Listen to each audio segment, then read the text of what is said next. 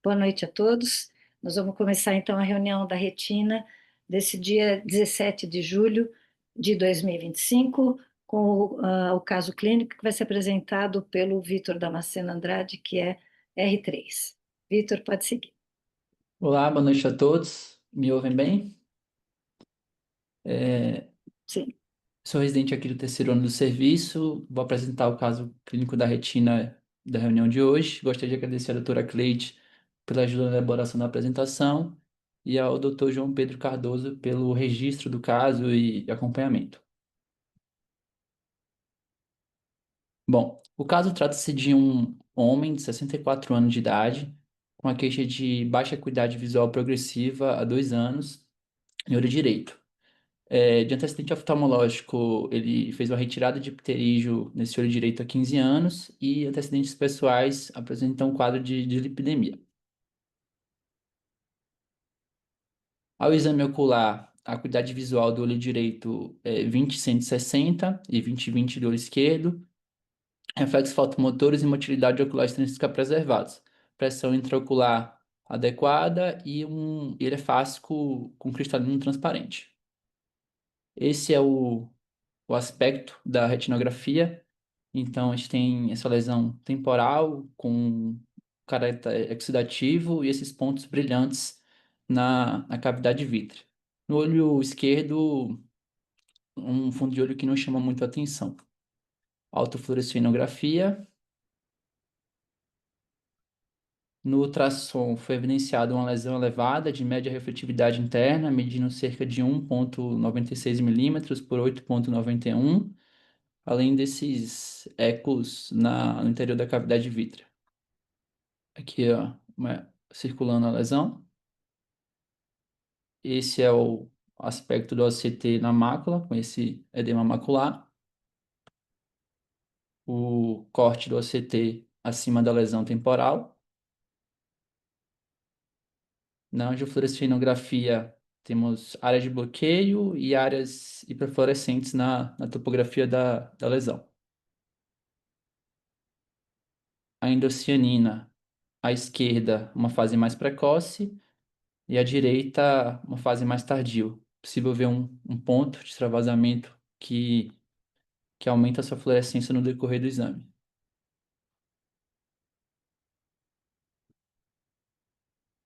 Então, em resumo, nós temos esse paciente de 64 anos de idade, homem, com essa baixa acuidade visual há 2 anos e uma acuidade de 20/160. Gostaria de abrir para hipóteses e condutas.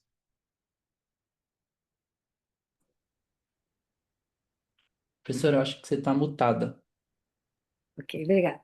É um paciente de 64 anos, uma baixa de visão aí de uma longa data, 2 anos, e com essa avaliação multimodal, uma massa e uma elevação na retina periférica, uma massa sólida no ultrassom, e essa avaliação multimodal.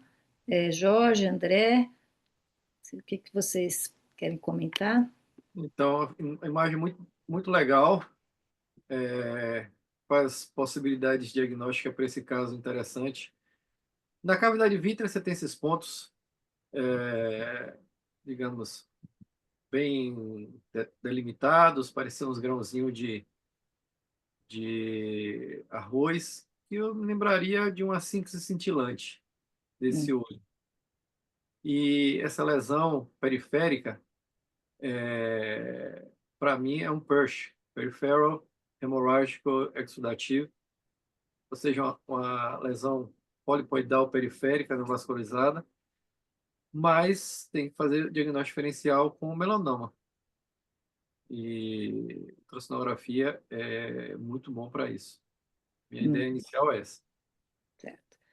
André, você acha que esses pontinhos brilhantes, aí, essas síntese cintilantes, são provenientes de que situação, de que origem?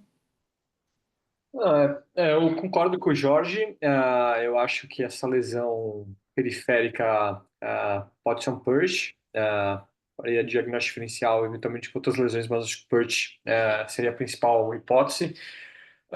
Eventualmente pode ter tido algum quadro de hemorragia vítrea prévia, enfim, e aí às vezes evolui algum quadro semelhante, né, residual. Mas eu acho que o quadro dessa lesão elevada, eu acho que o principal é um PERT. Eu não vi Que muita diferencial você faria? hemorragia. Oi? Aham. Você faria algum outro diferencial? O Jorge falou em tumor, em melanoma, ou pensaria em alguma outra coisa? Eu acho que o melanoma com um diagnóstico diferencial mais genérico, talvez especificamente nesse caso a lesão parece muito grande, muito difusa. Não lembra talvez tanto o melanoma, mas de forma geral o melanoma entra no diferencial de PERT, sim. Uhum. Alguma lesão retiniana, você pensaria, vamos dizer, um tumor vasoproliferativo, ou você acha que a avaliação multimodal já exclui?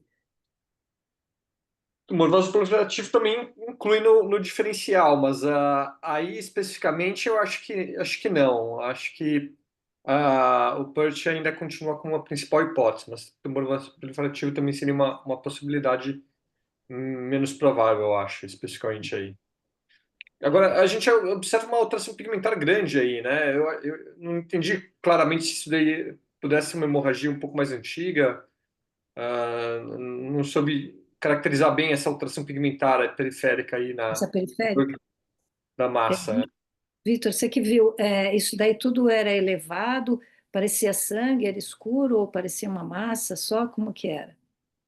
Parece escuro mesmo, parece hiperpigmentado, tem áreas mais elevadas e áreas mais planas, professor, assim. Certo. É, Parece que a hemorragia é um pouco mais antiga, sim. Aham. Acho que o fundamental é uma descrição mais detalhada do ultrassom, e acho que o pessoal do ultrassom deu alguns detalhes sobre hipótese, inclusive, né? Acho que tem dois Não. dados conflitantes, que são o ACT e o ultrassom. Ah, No ACT, na verdade, a gente não vê elevação da coroide, parece que a gente só vê uma alteração retiniana. Acho que o ultrassom, talvez se o pessoal do ultrassonografia pudesse explicar melhor aonde talvez delimitasse aonde que você tem a alteração, isso ajudaria bastante. Concordo com o André, eu também não entendo por que que tem toda essa pigmentação. O conflito, acho, com a angiofluorescenografia, que para tumor vasoproliferativo, a gente não tem muito vaso, né, proliferando, tem só esse foco aí hiperfluorescendo. Então, enfim, eu não tenho muita certeza se a lesão é de coróide ou de retina ainda. Esse foco hiperfluorescente está na endocianina, na anjo não apareceu nada. Isso, desculpa, não é ainda assim. Então você acha que isso é suficiente para a gente localizar isso na coroide, pensar em pólipo? Então, eu não tenho certeza, porque esse pequeno foco tal explicaria talvez enfim, a exudação tal, mas não toda essa pigmentação, a menos que Uhum. tivesse realmente sangrado muito. Mas Sim. seria estranho, sei lá, o paciente não ter notado nada É, abrupto. eu já tive paciente de PERSH que fez uma hemorragia maciça na região periférica, e essa hemorragia extravasou para o vítreo, e a hemorragia bem grande mesmo. Pegava quase a 180 graus, certo? Bem elevada. E eu não fiz nada. Com o passar dos anos, essa hemorragia ela foi se organizando e ficou realmente uma área muito grande de hiperpigmentação. Esse paciente só faz acompanhar, a hemorragia vítrea, com o passar do tempo, reabsorveu, e ele mantém uma visão boa de 20/30, 20/40, paciente bem idoso. Então, eu nunca fiz nada nesse paciente, e Uhum. ficou por alguns anos, ficou uma pigmentação muito grande em toda a região que teve a hemorragia, porque a hemorragia foi tanto subretiniana como subepigmentada retina, então fez uma irritação muito grande. Não sei se aconteceu isso nesse paciente aí. O que me acho mais interessante é os pontos de pigmentação que tem em média periferia, também na região nasal, certo? Que fala assim, por que veio essas alterações pigmentares também dispersa. Mas até esse edema que a gente tem na região macular aí, eu acho que, sendo um PERSH, podia, sim, levar esse edema por difusão desse líquido que é para a neovascularização naquela região ali. Ah, o edema também parte pela membrana epirretiniana, né?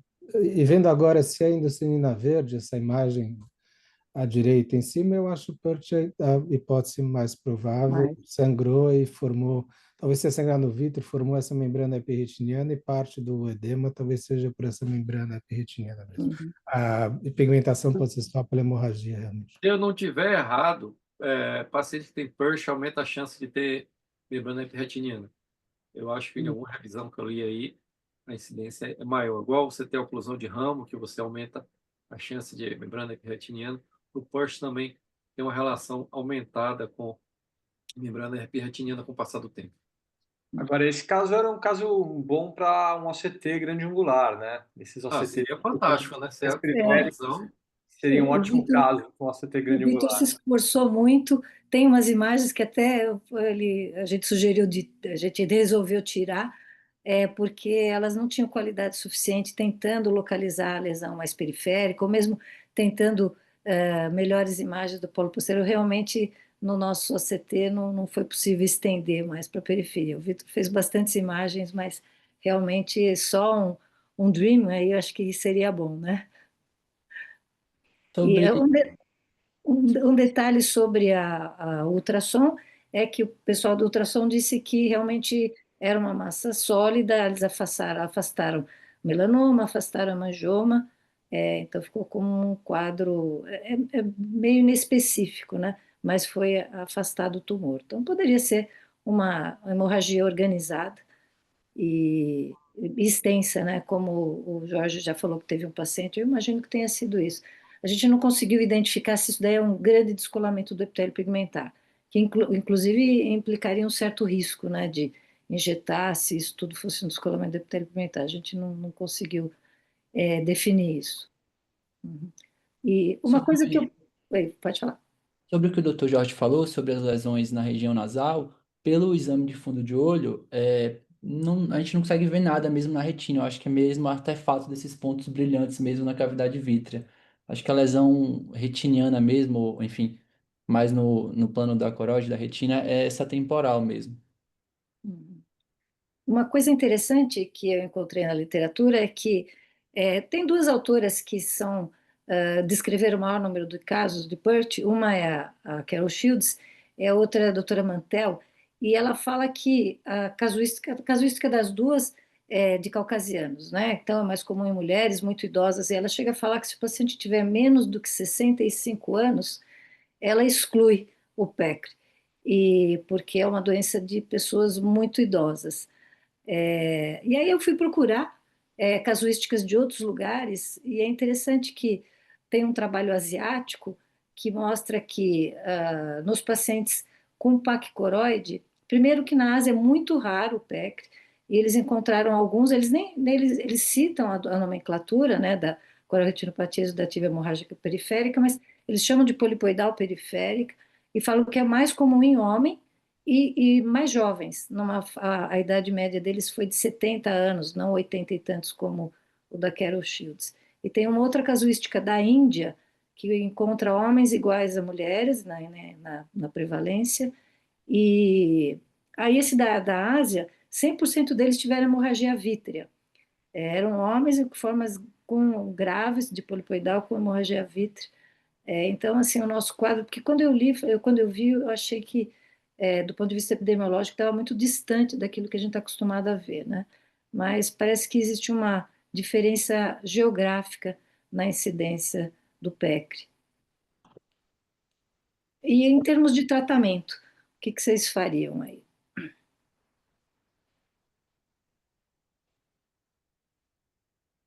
Eu acredito que esse edema macular aí tem um componente talvez misto, né? Tem um componente talvez mecânico da membrana epirretiniana, mas talvez tenha um componente exudativo, talvez de alguma forma existe alguma maior circulação de VEGF aí nessa cavidade Hum, vítrea e esteja induzindo um edema talvez meio inflamatório vascular, assim. Eu acho que Tentaria anti-VEGF. Teria espaço para um tratamento com teste terapêutico com anti-VEGF. Eventualmente, se a resposta for pobre, pode considerar um peeling dessa membrana epirretiniana. Mas eu acho que tratamento menos invasivo com anti-angiogênico seria válido. Uhum, Já fazer laser também, fotocoagulação nos pólipos que a gente vê na endocianina.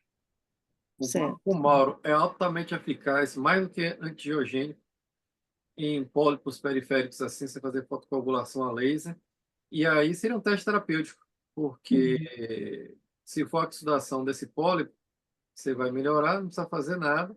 Se for secundário a membrana epirretiniana, isso não vai melhorar, e aí se pensa depois em fazer uma vitreia e remover a membrana, mas trataria primeiro. Agora, também pode responder anti-VEGF, mas talvez mais barato seja só fazer fotocoagular. Ok. Então, pode seguir, Vitor. A nossa opção foi fazer Bom, anti-VEGF. a gente ficou com essa hipótese mesmo da corneoretinopatia hemorrágica exudativa periférica.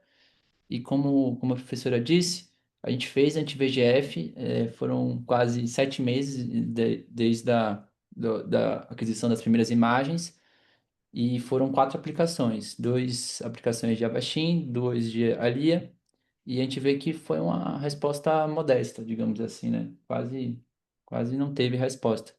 E nesse momento, vocês partiriam para abordar essa ME, fariam algum outro tipo, tentar o laser, talvez, que não foi tentado. Mauro, você que sugeriu aí a origem tracional, realmente o aspecto lembra bastante um edema tracional, né? Você pensaria em cirurgia? Assim, o que eu acharia importante, porque a impressão que eu tenho, apesar do ACT sugerir que está passando pelo centro, é que não está passando bem pelo centro, assim, a gente não vê as características do centro da FOV, então daria uma olhada, uma revisada no ACT para ver se não tem nenhuma lesão central que diminua o potencial de melhora de visão, caso a gente faça uma cirurgia, e se a gente achar que o ACT sugere um bom prognóstico, faria uma Uhum. vitrectomia e faria laser durante a vitrectomia Durante. Tá certo. nas regiões que estão estudando. Tá. Jorge, André, vocês fariam alguma coisa Concordo com diferente? o Mauro. Também. Dá uma olhadinha realmente na fóvea, se realmente a gente achar que tem realmente benefício fazer uma cirurgia, faria cirurgia e refazer o laser aí na periferia, porque se já está dentro do olho, não ia deixar de fazer laser numa situação É, dessa. E a vitreia teria uma outra vantagem de remover essa opacidade vítrea aí, que de alguma forma também deve interferir um pouco na visão do paciente, né? é verdade. É bem densa, né? Verdade, verdade. É, Tendência é é, bem central, né? Bem, central. bem localizada, meio para baixo. Uhum. Ok. Então, o Vitor, você fez o ACT, você deve ter visto, provavelmente esses eram os cortes mais centrais mesmo, né? Esses cortes, na verdade, são bem parecidos, assim. Eu peguei o que dava para ver melhor a MER, mas é um É. aspecto uniforme, assim, pela região foveal, assim, pela mácula de forma geral. A espessura estava quase que homogênea em toda a área macular, não Exatamente. tinha depressão, né? Eu não tinha depressão. Aham, tá. Acho que isso faz a favor, mais a Cleide, favor. eu queria fazer só uma Oi, pergunta, claro, claro. porque se você tem um pólipo tão importante que causou essa hemorragia subretiniana, sub-EPR, você, na alteração de pressão causada na vitrectomia, não corre o risco de um novo sangramento? Não seria melhor tentar, mesmo esperando um tempo, Fazer o laser. coagular esse pólipo antes? Porque às vezes demora uns 3, 4 meses, mas vai assentando um pouco essa retina e você consegue coagular. Eu nunca tratei um com vitré, mas já tratei alguns com laser. E eu acho que eu esperando, é que tem que ter paciência, né? Porque demora para absorver. É, Eu concordo que o laser é a terapia mais efetiva para isso, porque não responde bem VEGF, principalmente a Avastin, responde menos. Eu nunca vi discussão, nem li nada que aumenta o risco de piorar o sangramento de um PERSH porque ele faz vitreia. Porque muitos PERSHs Você faz vitré porque extravasa também para hemorragia vítrea, piora também a hemorragia vítrea. Mas eu realmente não sei, não tenho Mas acho conhecimento que, para. como é uma medida menos agressiva, acho que poderia a gente usar uma hierarquia aí de agressividade nas intervenções, começando então pelo laser. E eu não sei como é que vai ser esse laser, porque a área parece bem elevada, né? A gente vê muito bem na endocianina as lesões que provavelmente são pólipos, mas parece que ele fica dentro de uma área bem elevada. Não sei como é que vai ser alcançar os pólipos com o Eu laser. faria uma nova indocianina para localizar bem onde é que está aquele Aham. ponto hiperfluorescente, e aí tentaria começar a partir dele ali, não fazer uma área muito extensa. Sim, Eu, sim. eu, eu reveria onde é que está aquele ponto específico de vazamento. E aí tentaria por ali, certo? Certo. Acho Só, que acho que só uma seguir nessa ordem. observação. Desculpa. André, pode falar. É. Não, no nosso curso do fim do ano, do pré-congresso de Anjo-OCT, a gente vai ter o Dream OCT, né? Então, se tiver casos semelhantes com esse, a gente pode tentar Ah, trazer para fazer uma avaliação multimodal mais periférica com a CT. sim, seria interessante. Você sabe que quando eu vi o paciente, né, quando eu vi as imagens, eu não sabia que ele já tinha feito o anti-VEGF. E a minha primeira preocupação foi de uma ruptura, caso isso daí seja um descolamento epitélio pigmentar. Mas realmente não aconteceu nada. Ele fez 4 injeções e não teve. Então, eu não sei se realmente isso é um DEP ou se é um sangue organizado. E o que mudaria inclusive a facilidade ou dificuldade de fazer laser, né? Se for uma organização, aí vai ser difícil de chegar nesses pólipos, né? Mas é interessante a ideia de fazer um OCT de wide field. Acho que é isso. O Vitor preparou uma revisão. Acho que, acho que terminou por aí, né, o segmento? Isso, vamos Isso. frente. Bom, vou falar um pouco sobre a PERSH, a coriorretinopatia hemorrágica exudativa periférica. Então, em 1962, Jones e Rees, eles apresentaram uma série de casos de idosos com lesões periféricas hemorrágicas. Mas só em 1980, Ainsley e a doutora Shields introduziram o termo PERSH, ou PERC, enfim, para esse quadro de lesões periféricas de caráter hemorrágico e ou exudativo. Sobre a epidemiologia, essa doença é mais comum em mulheres caucasianas, isso principalmente no trabalho da doutora Shields, e a idade média foi cerca de 77 a 83 anos de idade. É importante ressaltar, inclusive o que a doutora Cleide falou anteriormente, que a peste ela tem relação com a idade, e tem alguns autores, como a doutora Mantel e colaboradores, que sugerem que a exclusão dessa doença como possível diagnóstico em pacientes com menores de 65 anos de idade.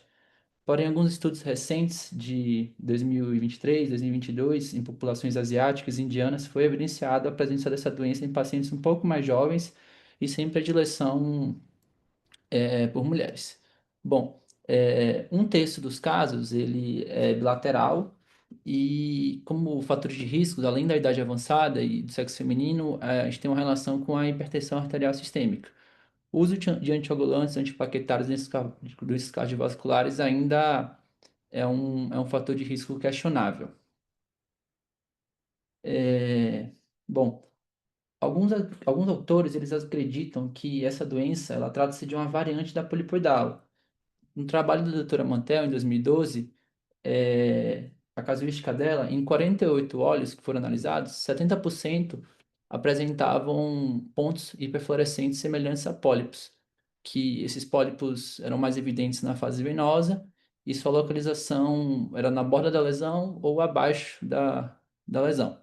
Aqui embaixo nós temos as imagens com esses pontos e pequenos DEPs na localização. Falando um pouco sobre os sinais e sintomas, a maioria dos casos são assintomáticos, 50% apresenta uma visão de 20/20 a 20/40 e cerca de 20% é pior que 20/200. Pacientes que apresentam visão pior que 20-200, geralmente está associado à hemorragia vítrea, hemorragia subretiniana, fluido subretiniano ou exsudação. Outros sintomas menos comuns, como floater, metamorfia e dor, também são observados. A dor geralmente é secundária a um fechamento angular secundário a uma hemorragia maciça. Ainda em sinais e sintomas, sobre a fundoscopia, a localização mais comum no fundo de olho é temporal, entre o equador e a ora serrata. E o que é curioso é que lesões nasais estão associadas ao envolvimento bilateral e quase sempre coexistem com lesões temporais. É, Outros achados estão hemorragia subretiniana, sub-EPR, fluido sub-EPR, exsudação, alterações crônicas como hiperplasia, atrofia e fibrose. A hemorragia vítrea também é presente, uma importante causa de baixa divisão, e na população asiática, onde são, apesar ser mais raro a peste em população asiática, ela geralmente tem um desfecho visual pior, desfecho visual mais negativo, digamos assim, e é geralmente observado em homens e em pacientes com coroides mais espessas. O ultrassom é importante arma na caracterização da lesão e no diagnóstico diferencial. Não há um achado característico no modo A do ultrassom, então essas lesões apresentam refletividade interna variável e aproximadamente metade das lesões tem um padrão endomo e a outra metade um padrão multilobar. A importância do ultrassom se dá também na relação com o melanoma de coroide, no diagnóstico diferencial, já que a ausência de escavação coroidal e a ausência de pulsação vascular intrínseca leva a gente para um diagnóstico mais de peste, ao contrário de melanoma de coroide. Nos exames contrastados, na angiofluorescinografia, entre os principais achados nós temos o bloqueio por hemorragia sub-EPR ou subretiniana e defeito em janela por atrofia do EPR. A endocianina verde possível observar lesões hiperfluorescentes semelhantes a pólipos e até mesmo a vasculatura coroidal anormal, como observado aqui os pequenos pontinhos, os pólipos. O OCT, ele tem menor importância na caracterização das lesões devido à dificuldade da aquisição de imagens periféricas. Agora, com os OCTs de grande angular, com certeza isso é facilitado, né?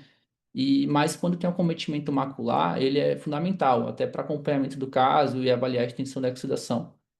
Os principais achados nesse exame, nós temos o DEP, alterações de EPR na região macular, cicatrizes e fluido subretiniano. Falando um pouco sobre os diagnósticos diferenciais, temos o hemangioma capilar, o tumor vasoproliferativo, o macroaneurisma, doença de Coates, a vitreoretinopatia exudativa familiar, ruptura de coroide, hemangioma de coroide, linfoma uveal, tuberculoma, tubo metatático de coroide, porém o principal diagnóstico diferencial se dá melanoma de coroide. Então, na série de casos da doutora Shields, mais de 90% dos pacientes foram encaminhados por suspeita de melanoma de coroide ou metástase. Então, o PET trata-se de uma das principais causas de pseudomelanoma.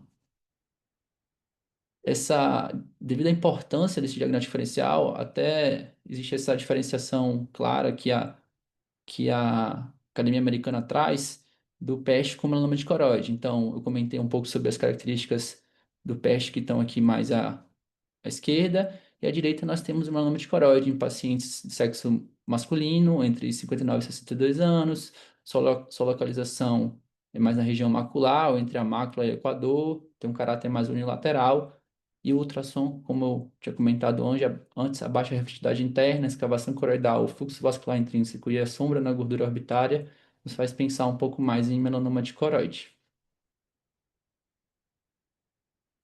Falando um pouco sobre o tratamento, a maioria dos casos, a observação ela é suficiente, digamos assim.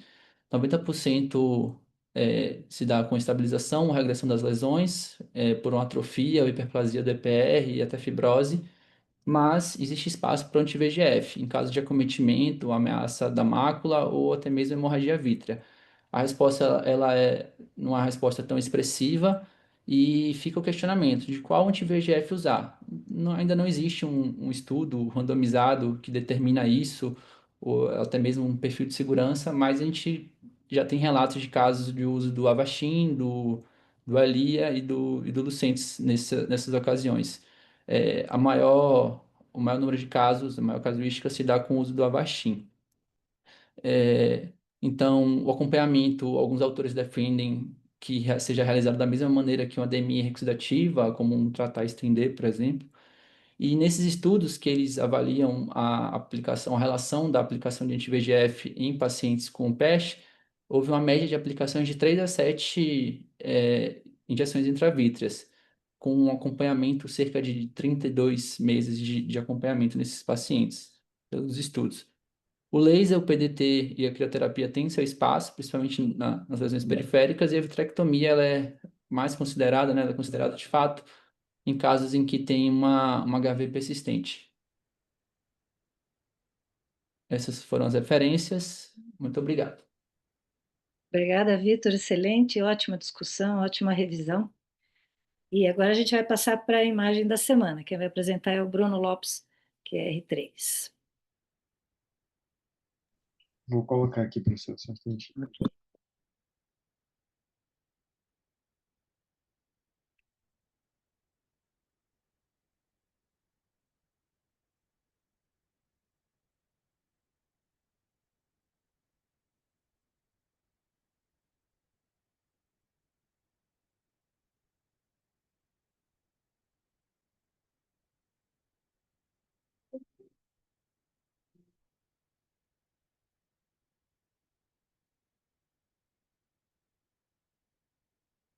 Ótimo. Pode seguir, então.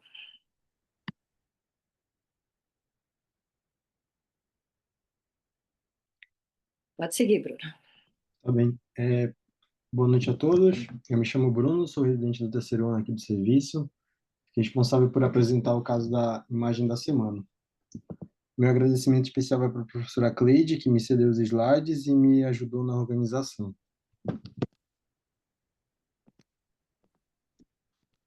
A imagem que eu trago é essa daqui. E eu gostaria que comentassem um pouquinho sobre esse caso. É o caso de uma mulher branca, de 62 anos, que apresentou uma queixa de metamorfopsia e um escotoma central no olho direito há cerca de 2 meses. No olho direito, ela tem uma acuidade de 20/63 e no olho esquerdo de 20/20. Na imagem, a gente tem o head free, à esquerda superior, a angiofluorescinografia, imagens A e B do olho direito, e do olho esquerdo, a angiofluorescinografia também. Então, para começar, qual é o diagnóstico? Até aqui não tem pegadinha. Qual é o diagnóstico dessa paciente? Telerrectasia. Concordo. Tá Aqui, dois, é. certo. Então, é o seguinte, o Bruno vai continuar. Então, passando agora, eu faço uma pergunta. Qual é o OCT correspondente desse olho direito, baseado na imagem dessa angiofluorescinografia do olho direito? Tem essas 3 possibilidades à direita. A superior, a intermediária, que seria A, B ou C, ou a de baixo. Mais provável intermediário, né? Verdade, André. Alguém discorda? Não. Então, ok. Tá bem, vou Tereza, você que seguir é esse então. especialista em telangiectasia. Aquela retinografia que tem aquele círculo mais claro na fóvea do olho direito, poderia pensar que seria a primeira imagem, porque tem aquela sombra clara, circular, e agora tem esse Sim. DEP, né? Então, Na mas... verdade, Hã?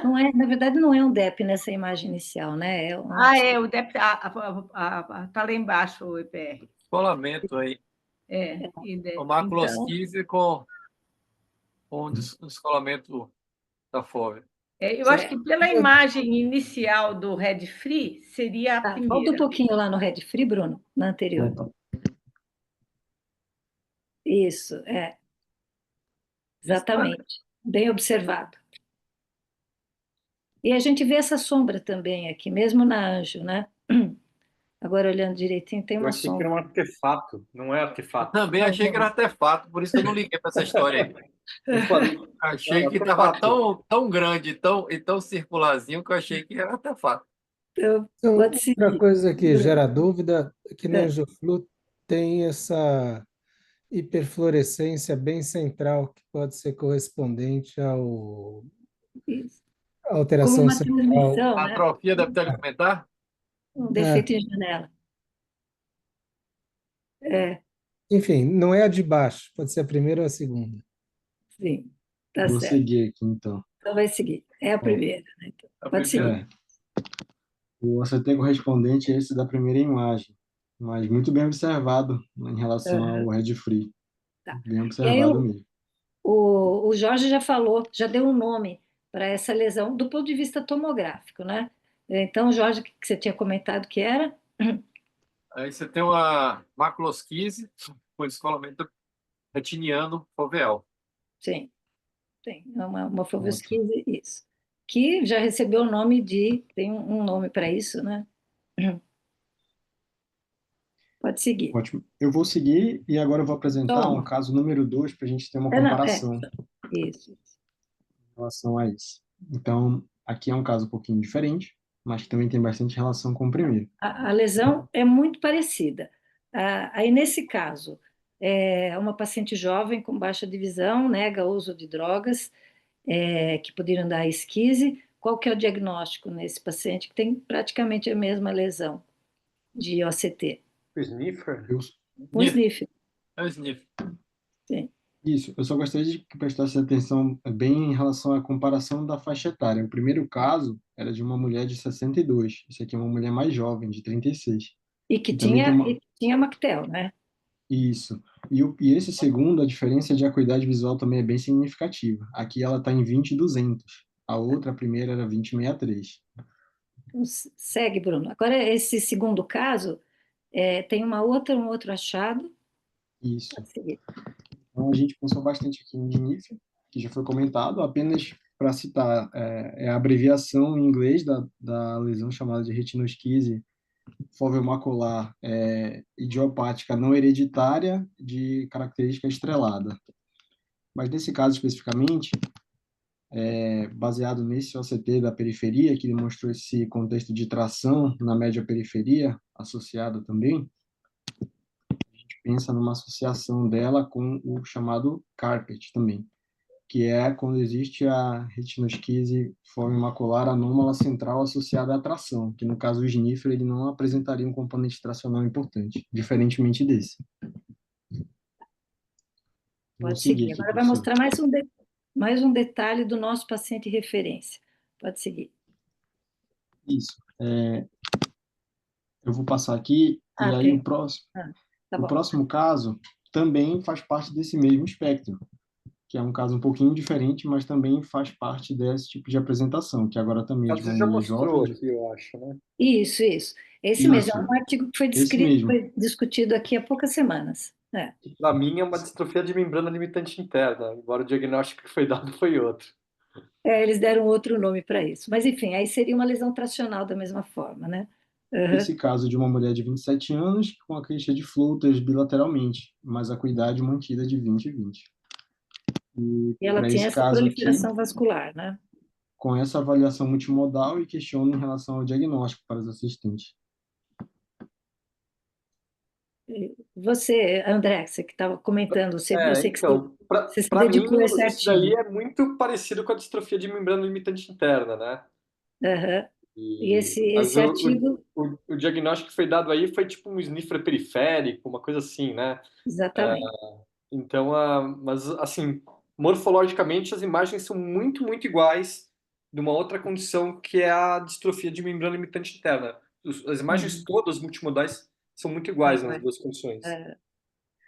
E segue, Bruno, o nome que esse artigo deu foi de um sniffer, né? Nesse caso não tem o carpet, porque o acometimento, também tem, o acometimento central também é importante, e ele atribui essa vasculopatia proliferativa a uma tração. Ele tratou, inclusive, com anti-VEGF, diz que isso tudo desapareceu, mas aqui o que eu quero chamar a atenção é para esse quadro tracional que envolve aí tanto a mácula quanto essa médio periferia, né? Essa retinosquise tanto na mácula como na médio periferia. Pode seguir, Ótimo. Bruno. Vou seguir agora, e agora vou fazer um panorama geral em relação aos nossos casos, principalmente em relação ao nosso primeiro. Aqui em cima, nessa linha de cima, em relação ao nosso primeiro caso. O nosso O segundo primeiro caso, caso tinha também Eu acho que você pulou, Bruno, o slide, mas veja a imagem que É está esse aqui. embaixo da mácula, tem uma esquise periférica também. Esse corte está na arcada temporal inferior, no nosso caso, referência. Você pode apontar, Bruno? Aparece. Aqui a minha setinha não está aparecendo. Ah, não está? Então, tudo bem. Embaixo do ACT da mácula, no nosso caso, de cima do mactel, tem um corte na arcada temporal inferior que mostra uma esquise periférica também. Então, ele se encaixa no mesmo quadro desses dois pacientes que estão no artigo que foi discutido aqui recentemente, que é uma associação do sniffer com acometimento da mácula, que ele chamou de carpet, mais retinosquise periférica. E o nosso paciente tem tudo isso e tem Mactel tipo 2 também. Aí segue um pouquinho, Bruno. Exato. E agora que eu trago todos os slides e a avaliação multimodal desse corte, associando justamente desse caso o Mactel tipo 2 com o sniffer e a tração médio periférica, a retinosquise periférica.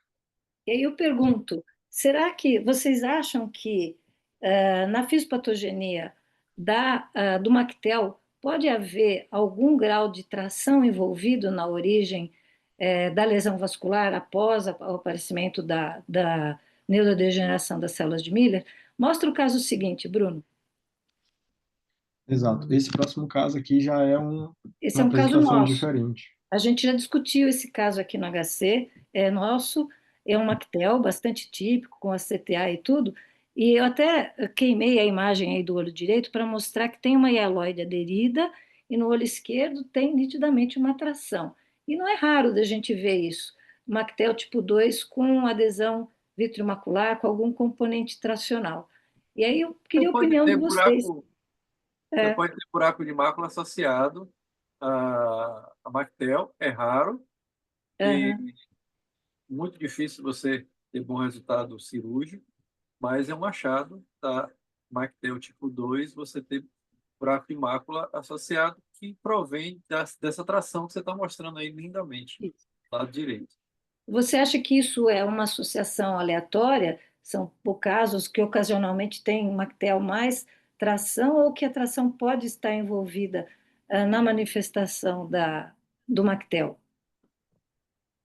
É difícil dizer, Cleide, porque a quantidade de casos que você tem esse tipo de tração e buraco são uma quantidade bem pequena.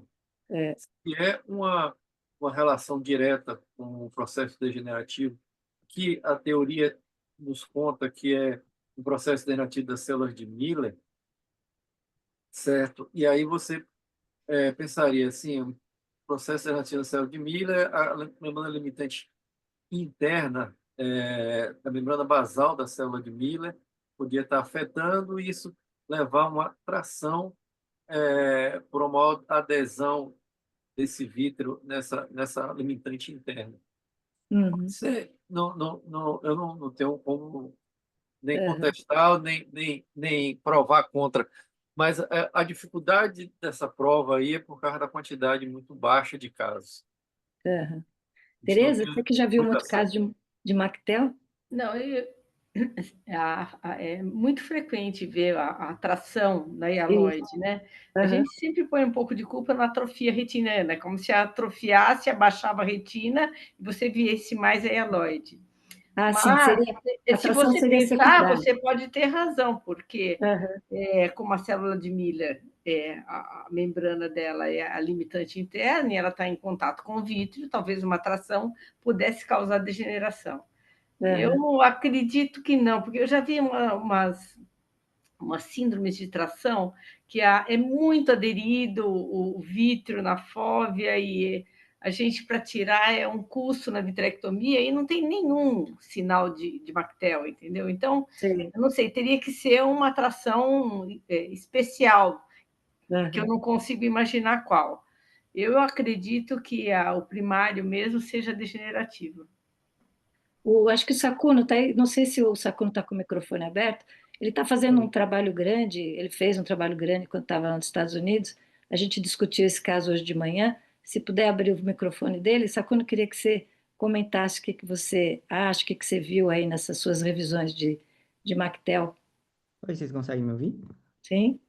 Então, bom, o Mactel ele foi, né, só de uma descrição de uma doença neurodegenerativa para especificamente uma alteração da célula de Miller e depois comenta-se muito do artigo que foi para o New England, que era da relação das células de Miller com o metabolismo da serina, né?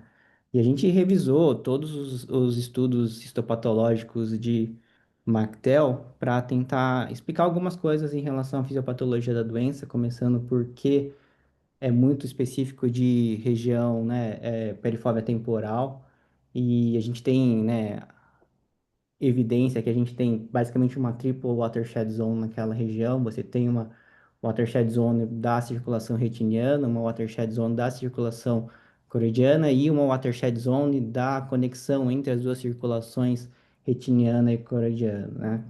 E além disso, o que se fala é que o metabolismo da serina seria a justificativa de você ter, que geraria toda essa degeneração, porque como você tem um problema de síntese de serina associado na nossa concepção a essa falta de chegada de serina pela circulação, seja retiniana ou coroidiana, as células de Miller vão se degenerando por essa falta de serina, porque na ausência de serina, o metabolismo usa a alanina ao invés de serina e gera um deoxirribonilipídio que é tóxico, e é isso que gera a degeneração final do Mactel. E essa é a nossa teoria. Teria que ter um double trigger para você ter o Mactel. Você tem, por isso que a Mactel não é uma doença que aparece logo precocemente. Ele aparece em pacientes mais ali, né, 50, 60 anos, com fatores de risco, uma hipertensão ou um diabetes, porque você já tem um fator isquêmico e você tem também um paciente que já tem alguma alteração dentro do metabolismo de serina, que vai finalmente desviar isso para ter essa questão de deoxyribolipídios que são tóxicos. Na questão, então, se você tem uma alteração de célula de Miller, é possível sim que você tem, como você, por exemplo, assim, a gente tem uma maior adesão, né, numa questão isquêmica dentro da retinopatia diabética, por exemplo, que você, talvez a célula de Miller tenta manter, né, a nutrição de alguma maneira e ele pode tentar trazer do vítreo, você tem uma adesão, uma alteração da interação, né, de interface vitro-retiniana da célula de Miller com o vitro, e por isso que você tem uma adesão maior e gera um mecanismo de tração ali. Uma coisa que é importante também citar é que, assim, os mecanismos de tração, de aumento de adesão entre o Miller, né, entre a membrana limitante interna e o vítreo, é uma adesão por gliose, que não é uma coisa que a gente vê muito nos estudos histopatológicos de Mactel, né? Essa alteração por gliose, que gera esse aumento de adesão entre o vítreo e a Miller. Mas não deixa de ser, sim, possível, como acho que o Dr. Jorge comentou, é uma alteração, é um número baixo, então existe se realmente existe esse fator, mas é que a gente com certeza está falando da degeneração de uma célula que está diretamente ligada ao vítreo e que poderia ter realmente um mecanismo tracional adicional que a gente está vendo ali acontecendo dentro desses pacientes, né? Então é isso, obrigada, Sacuna. Aí tem pode seguir, Bruno? Tem Tá o bem, artigo professor. de onde eu tirei esse caso aí. É, é um artigo da Retina, antigo já.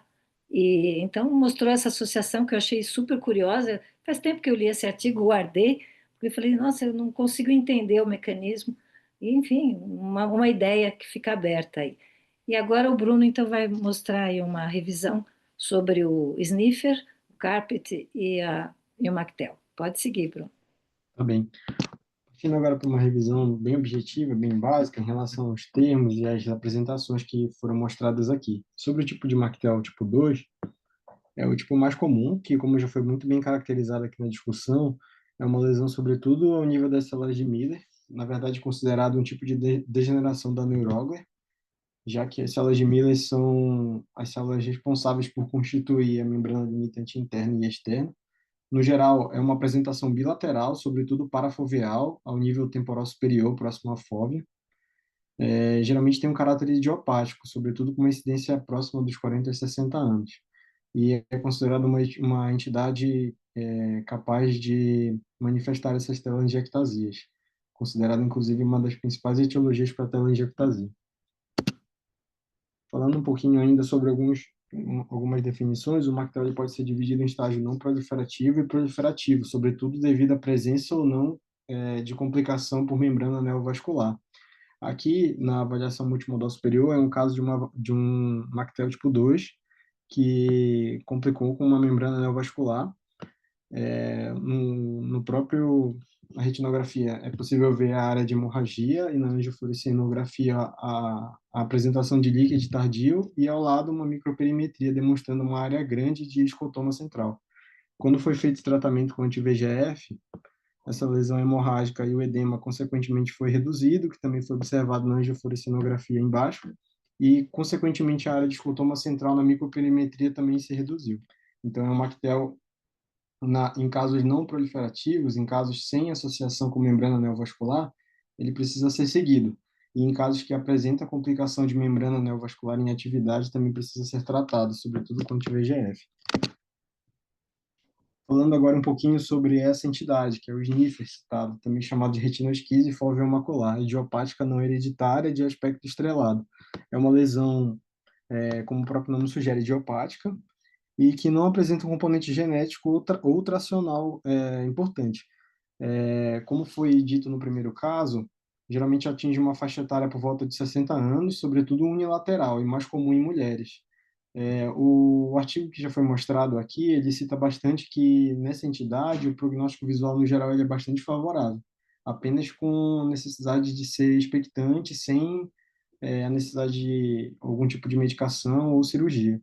Porém, o que já foi descrito é que essa entidade chamada Sniffer, ela pode apresentar um subtipo de maior gravidade, que é o carpet, que justamente é um tipo de retinosquise central, mas que vem associada a casos de tração na medioperiferia.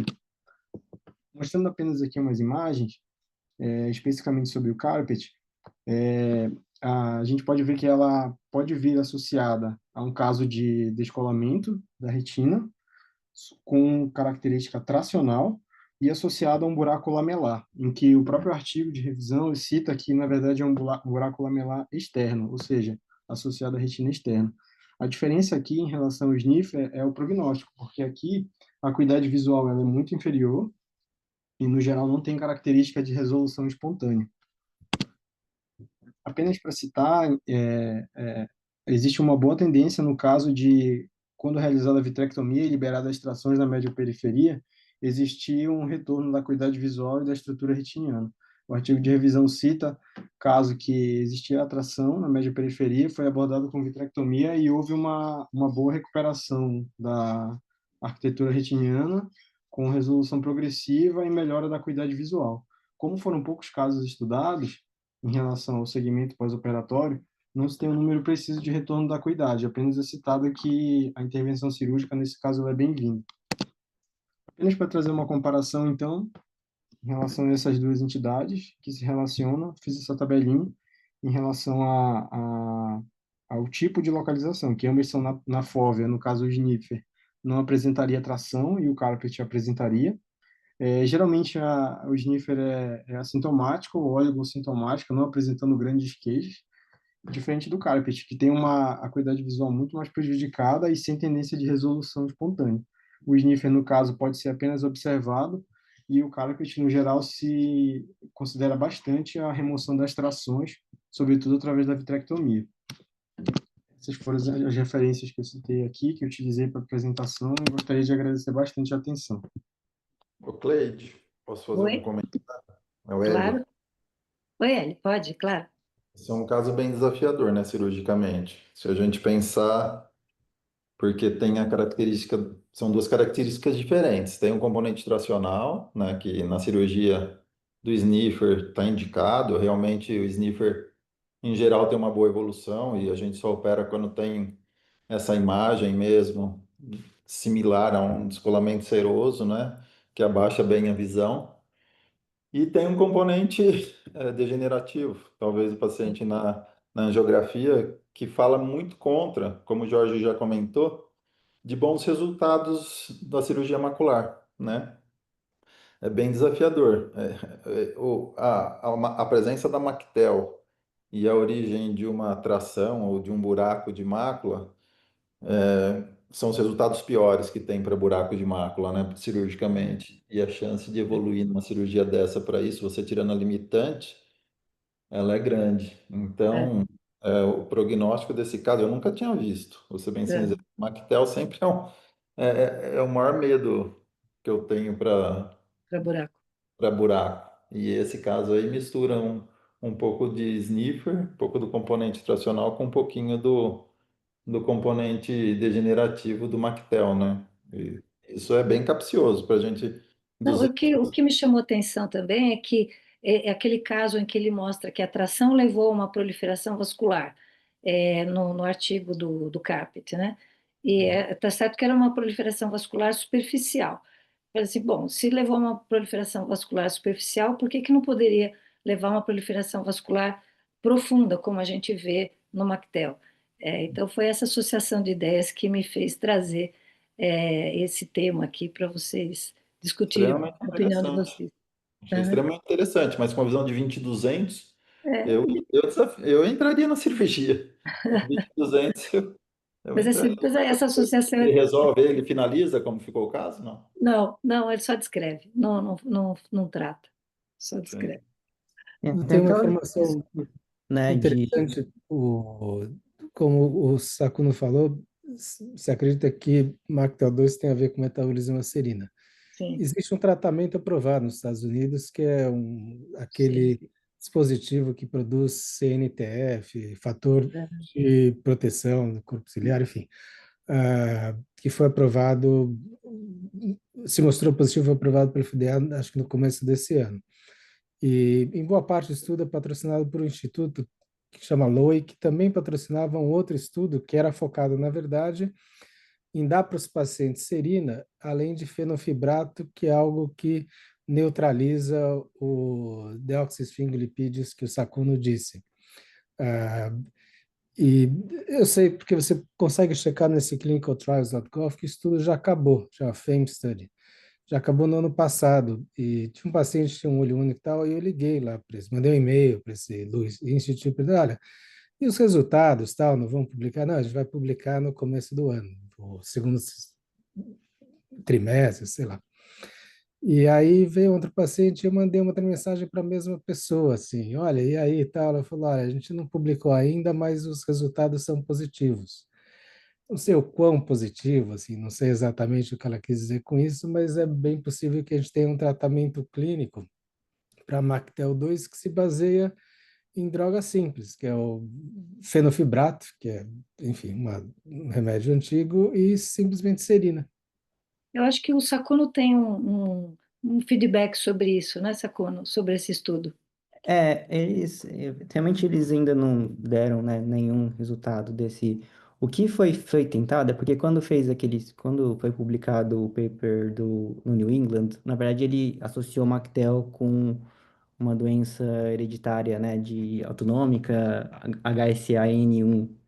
E para HSN1 eles tentaram suplementar a serina e não conseguiram, não tiveram resultado e teoricamente a doença também é uma alteração dentro ali do metabolismo de serina e por que que não funcionaria e por que que não funcionou, né? A ideia, o que a gente acredita lá e a gente discutiu quando eu estava lá dentro do laboratório é que talvez você somente suplementar a serina, se você tem um mecanismo isquêmico, um mecanismo que não entrega o suficiente e foi por isso que deflagrou a doença do Mactel, talvez se você só da serina por via oral, você não consiga, por causa dessa falta, dessa hipoperfusão que gerou a doença muito específica naquela região, você não conseguir restabelecer a quantidade de serina suficiente para voltar o paciente a parar ou pelo menos desacelerar a progressão do Mactel nesses pacientes, né? Então, talvez ali eles estão tentando ver, né, aquela coisa de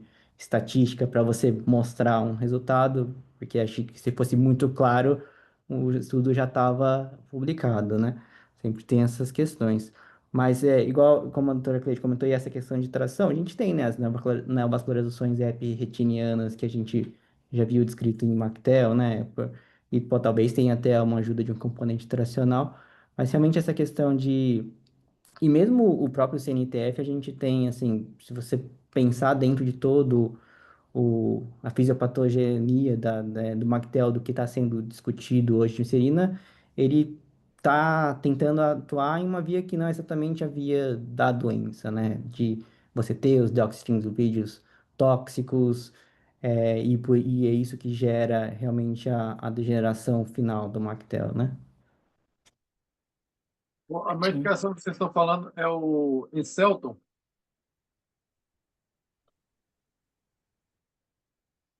nome Não sei. comercial. O Incelton é o Revecnagem Taroretcel. É isso aí. E É ele esse aí. é um implante de células que produz fator neurotrófico, ou O seja, implante testaram para DMRI, para retinose pigmentosa, testaram há uns 20 anos se testa isso e se encontrou essa resposta para Mactel tipo 2. Esse é o CMTF, né? é É. o CNTF. É o CNTF que começa a comercialização nos Estados Unidos agora, em julho. Já Uhum. começa a vender em uso regular. Foi aprovado tem mais ou menos 4 meses pelo FDA. Isso tem uma questão complicada que o mesmo instituto que patrocinou o estudo desse CNTF patrocinou o estudo da serina e do fenofibrato, que não tem como patentear, acho. Ah, sim. Então há um certo conflito de você ter uma droga patenteável, droga não, sei lá, um tratamento patenteável está sendo estudado há décadas e você descobrir, não sei, a pessoa me respondeu foi positivo ou com positivo, eu não sei, mas imagino o conflito se você tiver as Sim, duas drogas, os dois tratamentos potencialmente trazendo benefício para o paciente. sim, sem dúvida. Aqui, se eu não me engano, na imagem do mês, mais ou menos uns 2 meses atrás, mostrou um paciente com um implante que era do Incelton. Alguém mostrou aqui na imagem do mês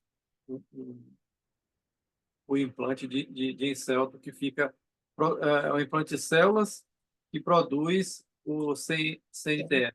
Hum, Tá ótimo. Muito bom, obrigada a todo mundo. Obrigada, Bruno. Agora a gente vai então pro artigo.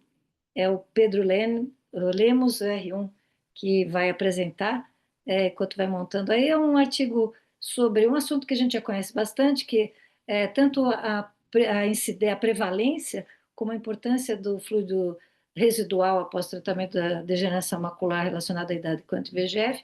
O que ele tem de interessante é que ele é uma revisão meta-análise, é que ele incluiu os trabalhos novos com a ILIA 8 e com o faricimab, e não encontrou resultados diferentes do que a gente tinha visto com as outras drogas, quer dizer, cerca de 40% dos pacientes ainda têm líquido ao final do primeiro ano, esse número até aumenta no decorrer do tempo, 20% não seca nunca, e aí ele sugere, então, que a gente tenha que talvez investir em outro tipo de tratamento sobre a bomba do EPR e não sobre mais anti-VEGF para resolver esses 40% de olhos que, mesmo com as drogas mais novas, ainda mantém um líquido residual. E fala que o líquido sub cursa com uma visão boa e que o líquido intraretiniano cursa com uma pior acuidade visual.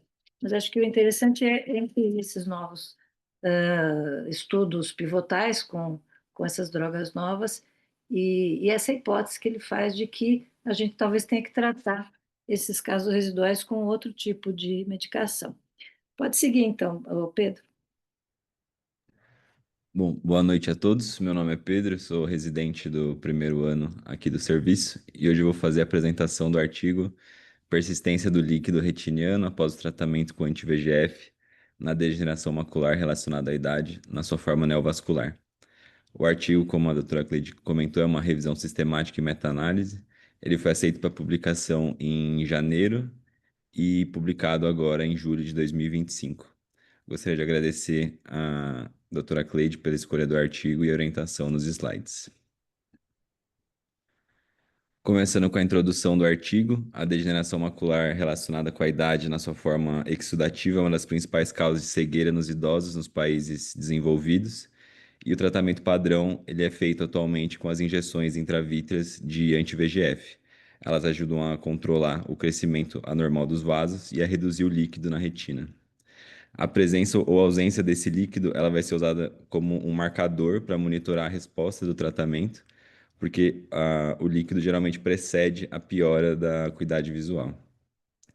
No entanto, como ponto de partida do estudo, eles destacam dois problemas sobre isso. O primeiro é que, mesmo com o tratamento adequado, muitos dos pacientes continuam apresentando líquido na retina, e o outro é que a relação entre a resolução do líquido e o ganho da acuidade visual não é tão bem estabelecida, o que acaba sendo um desafio no manejo desses pacientes. Justamente sobre isso, os objetivos que os autores colocam no estudo é que, primeiro, estimar a prevalência do líquido persistente na degeneração macular que é tratada. Segundo, determinar a proporção dos pacientes que não atingem uma retina seca. E terceiro, investigar a associação entre líquido retiniano e acuidade visual.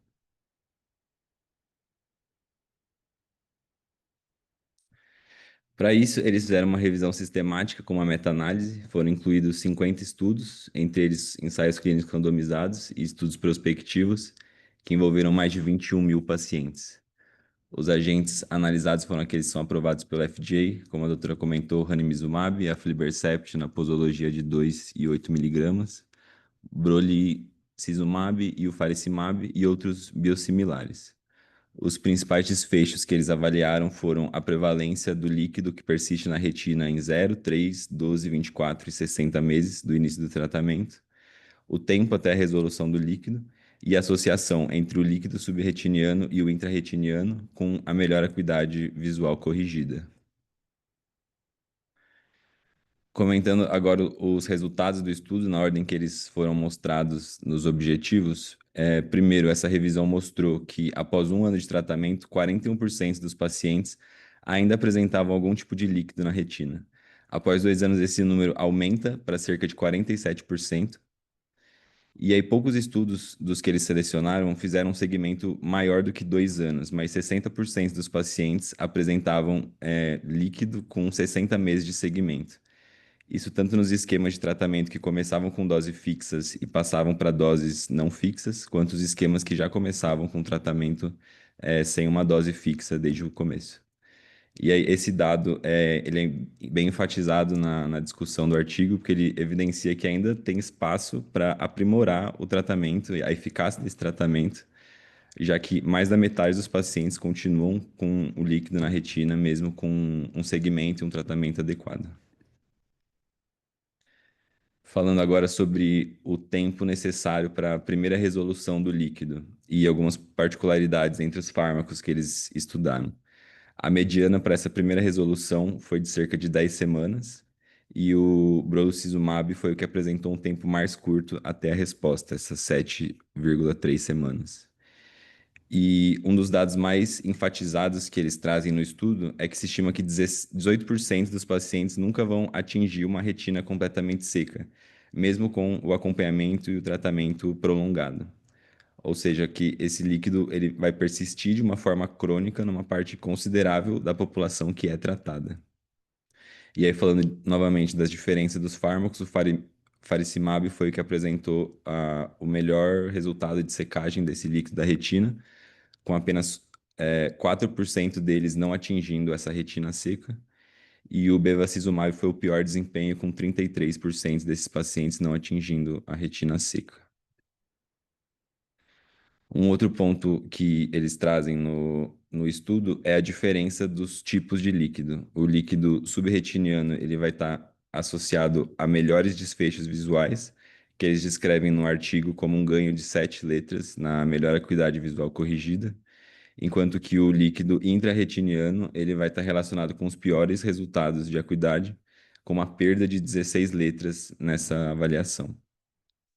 E aí eles sugerem que nem todo líquido vai ter o mesmo significado clínico e que em alguns casos, como são esses subretinianos, talvez seja possível que a gente tolere algum nível de líquido sem um prejuízo visual, o que pode refletir numa menor carga de tratamento e uma menor quantidade de injeções.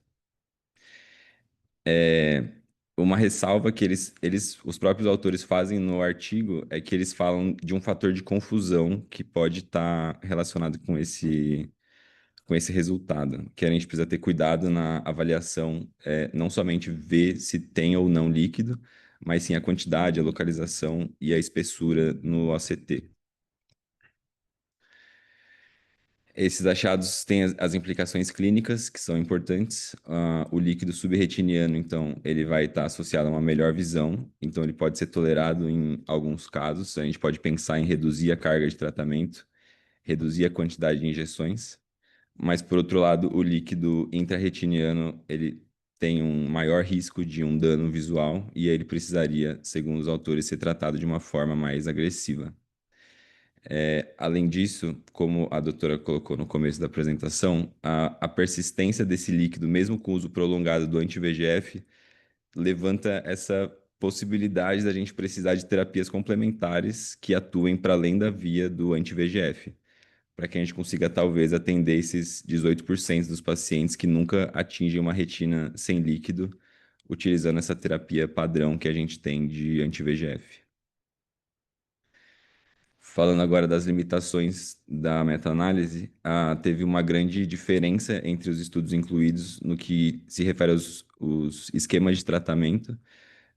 Tinham estudos que foram feitos com dose fixas, estudos que tiveram tratar e estender, e os critérios utilizados nos diferentes estudos para a definição do líquido também foram um pouco diferentes. Sobre essa parte da caracterização do líquido, poucos foram os estudos que forneceram os dados de como eles avaliaram volume, localização e os resultados desses líquidos em OCT, o que dificulta a gente analisar e avaliar o prognóstico desses doentes. Em resumo, então, apesar da eficácia que a gente viu nos últimos anos do tratamento com os anti-VEGFs, quase metade dos pacientes com DMRI úmida não apresentam a resolução desse líquido retiniano após 2 anos de tratamento, e cerca de 18% deles não vão alcançar nunca uma retina seca,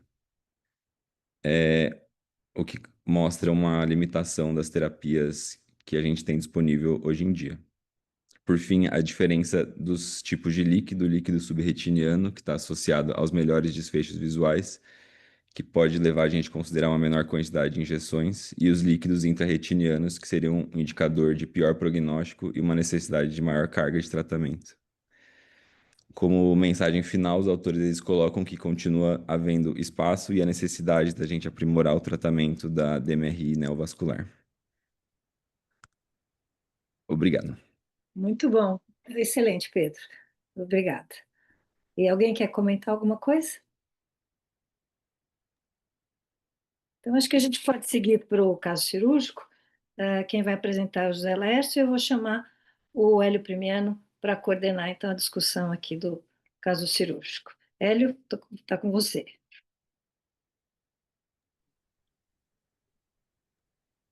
Você está por aí? Boa noite, tô. É que eu estava com dificuldade para ativar aqui, desculpa. Vamos lá, José Alessio vai apresentar o caso cirúrgico. Boa noite, professor. Boa noite.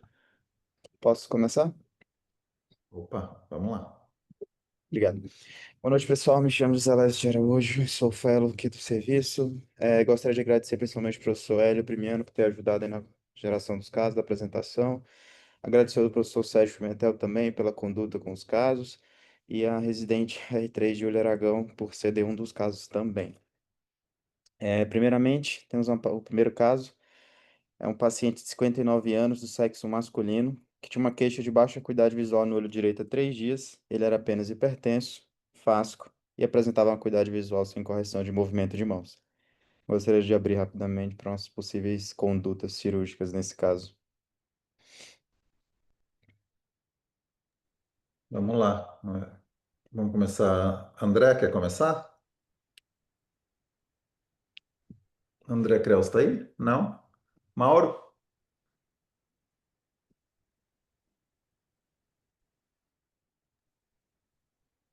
Jorge, Jorge tá aí também. Jorge, pode começar. Oi, Hélio. André Kreutz aqui. Ô, André. Não, Lars, só me esclarece, esse paciente tem uma rotura em ferradura em qual Isso. quadrante? Aqui é superior, mas nasal, temporal? É nasal superior, professor. Nasal superior. E é uma Isso. rotura única. Uma rotura única.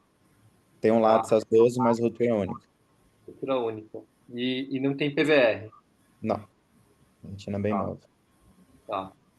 Não, aqui haveria espaço, eu acho que para as três possibilidades, né? Eu acho que tanto uma pneumática seria possível, uma introflexão escleral, até própria vitrectomia, né?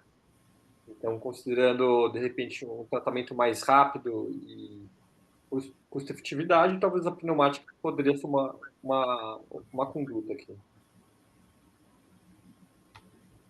Perfeito. Perfeito. Acho que é isso mesmo. Acho que seguindo a linha aí, pode ser uma das três abordagens. As três teriam justificativas seriam justificáveis para o procedimento. Jorge, quer comentar alguma coisa? Não, concordo plenamente. Buraco único superior, eu começaria com a pneumo e se não viesse a ter êxito, aí eu pensaria no segundo tempo fazer uma vitré. Mas em primeiro momento eu fazer a pneumo com grande chance de dar certo aí você colar a retina. Aproveitar aí que vocês estão falando, esse é um descolamento com bolsão relativamente grande, né? Aparentemente, né, Zelars? Parece que é Isso. meio grande a bolsão. Sim, professor. E a gente está tocando no ponto da pneumática. Queria saber de vocês, especificamente na pneumática, se o volume de descolamento, a quantidade de quadrante, se você investiga a presença de lesões retinianas como látice que tem uma aderência vítrea e que não está na região da rotura, se vocês fazem esse tipo de investigação, se o desenho da rotura, muitas vezes, se você suspeita de um pavio vítreo na ponta, isso te contraindica a presença de fazer uma pneumática ou não, a idade do paciente, se ele é pseudofásico ou não também. Vocês, queria que vocês comentassem um pouquinho sobre isso. Mauro, quer falar um pouquinho? Ou Jorge? Jorge, pode falar, fica à Não, vontade. então, muito boa colocação aí para a gente discutir realmente pneumática. Pneumática é uma técnica que, se eu não me engano, foi desenvolvida lá atrás por George Hilton, na década de 80, mas não ganhou tanta tração como hoje ela tem. Tem o pessoal do Canadá que faz muito e tem divulgado bastante. Hoje eu faço muito mais do que eu fazia no passado, talvez com muito melhor resultado. Então, vamos por partes. Presença de degeneração periférica, látice, em paciente que vai fazer pneumática. O que que eu faço? Se a região de látice ainda está colada, eu faço um laser antes de fazer a pneumática. 24 horas antes, não muito antes, com o fator de bloquear essa região. A presença de descolamento de vítreo ou não.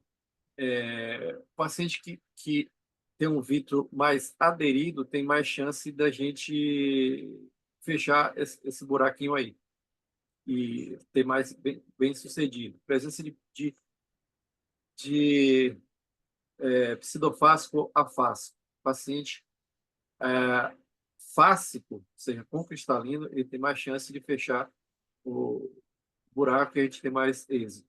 Mas eu já fiz em pseudofásico, deu resultado também. Mas a tendência, quando você pensa mais no pseudofásico, é ir para uma vitré. Que mais? A quantidade de líquido. Não vejo grande interferência, só faço algumas manobras. Um paciente que tem um descolamento bolhoso, pegando mácula como esse, geralmente eu injeto e peço ao paciente para ficar em decúbito ventral, geralmente por 3 horas, e depois eu levanto a cabeça dele de hora em hora, certo? Até eu conseguir deixar a bolha bloqueando o buraco. Nem sempre eu me preocupo em fazer crios. certo? Muitas vezes eu faço laser no primeiro dia pós-operatório, que ele estiver coladinho, e raramente eu tenho feito crio atualmente. Mas isso é, os estudos não mostram que é pior você fazer crio ou melhor fazer laser, mas eu tenho tendência muito mais a fazer laser hoje, fazer só injeção da bolha, 24 horas depois eu faço laser, o resultado é muito bom. Basicamente, é isso que eu estou lembrando aqui agora. Acho que o É, que você comentou aí dentro só do... complementando o que o Jorge falou, acho que concordo só com todos os pontos que ele colocou. Um cuidado que eu sempre gosto de ter é avaliar também a periferia inferior. O vítreo inferior tende a ser um pouco mais tracionado pelo gás na pneumática, né? E pesquisar atentamente algum látice, alguma área de fragilidade na periferia inferior pode eventualmente ponderar a indicação de uma pneumática. Então, além de todos esses pontos que o Jorge trouxe, eu acho que esse cuidado da periferia inferior também é válido. Só para falar, no passado se falava muito em o gás propiciar outros rasgões pneumáticos. O estudo recente mostra que é muito mais frequente você não mapear direito e não ver no pré-operatório que você tinha mais de um buraco, e não que aconteceu um rasgão secundário à movimentação do gás. A pneumática ela pode ter rasgões secundárias, mas geralmente isso vem uns 15 dias, no mês depois que você colou a retina bonitinho e o gás não ficou lá dentro. Tanto é que tem grupos que acham que o SF6 seria muito melhor, porque a permanência dentro do olho é pequena em comparação ao C3F8, que demoraria muito mais e a movimentação do gás fica dentro do olho sem uma necessidade, já que você, com 15 dias, você já não precisa mais de gás, você já está colado, você já tem uma certa é, aderência do laser, do crio, então o SF6 talvez nesse aspecto seria o gás mais adequado, porque ele não fica tanto tempo na cavidade. Perfeito. A defesa do SF6 isso é geral, né? Por causa do tempo, como você comentou. Como muitas vezes a pneumática é uma alternativa a duas ou três cirurgias, ou uma introflexão, ou uma vitrectomia, né? Uma vez que você tem uma aderência de um látice, por exemplo, a patologia, a relação vítreo-retina é de uma aderência forte, pode levar, eu acredito que nesse grupo de pacientes pode levar a uma rasgadura ou outras rasgaduras, mas isso não é geral, não é comum também, não é tão comum você fazer retinopexia pneumática em um paciente e achar um látice nele, né? Mas nesse grupo de pacientes você pode optar por uma alternativa que não a pneumática, né? A introflexão e a vitrectomia ganham mais forças para se indicar, né? Ah, basicamente é isso. Acho que pode Professor, seguir. posso... Opa, perdão. O Tomás quer falar? Posso comentar uma coisinha, professor? Pode, Tomás. O senhor tinha perguntado sobre a extensão, o volume do descolamento. Isso desde dos trabalhos iniciais que o professor Jorge comentou, do Hilton, do Tornambi. A gente sabe que é mais importante quando o paciente é pseudofásico, então DRs mais volumosos em pseudofásicos. Você costuma ter uma taxa de sucesso menor, porque você pode estar perdendo uma micro rotura inferior e aí o procedimento não funciona. O Jorge comentou sobre fazer laser 24 horas antes da pneumática. A gente, em Toronto, a gente costuma fazer o laser imediatamente antes de colocar a bolha, então a gente faz o laser, espera só o tempo do paciente sair da sala de laser e ir para a sala de procedimento e já coloca a bolha. Não tem, a gente nunca fez nenhum estudo prospectivo, randomizado, mostrando se isso é melhor ou pior do que esperar, mas a gente também não vê uma taxa de sucesso ruim fazendo isso. É só Os isso que eu lados queria comentar. pró e contra nisso, né? Na verdade, 24 horas você não tem um efeito do laser efetivo para que você tenha um tamponamento de uma rotura que tenha numa degeneração látice com rotura. Você não teria tempo, né? E fazer um laser esporádico, por fazer também é uma coisa tendenciosa, porque depois o paciente pode evoluir com outras alterações, como membrana epirretiniana, Então, cabe uma discussão. Realmente, o que você colocou, que acho que abre espaço para um estudo em cima disso, mas existem argumentos prós e contras desse tipo de abordagem. Sendo que você tem uma segunda, a possibilidade de fazer uma outra abordagem, né? Você pode fazer uma vitrectomia ou pode fazer uma introflexão escleral nesse grupo de pacientes. Sim. Mas vamos lá, vamos seguir. Perfeita discussão. Foi indicado, de fato, pneumática. Foi realizado laser superior na rotura e estendendo para uma região de látex. O paciente evoluiu com a retina aplicada. 20/60 de acuidade visual. O pós-operatório imediato, após ter desaparecido a bolha, o paciente se encontrava com a retina aplicada, fóvea sem alterações, porém com 5 semanas a acuidade caiu para 20/125 e apresentou essa alteração no ACT. Eu gostaria de abrir para como seria conduzido a partir dessas alterações. Por quem começamos? Mauro, André? Fica à vontade. Jorge? Fala, André. Não, o paciente desenvolveu esse edema cistoide, não vejo nenhuma alteração de interface que pudesse estar contribuindo aí, né? Eventualmente poderia ter uma hialoide aí se organizando e causando atração. A gente poderia tentar algum tratamento tópico, ou com anti-inflamatório não hormonal, associado ou não a um esteroide. Então, André está super correto.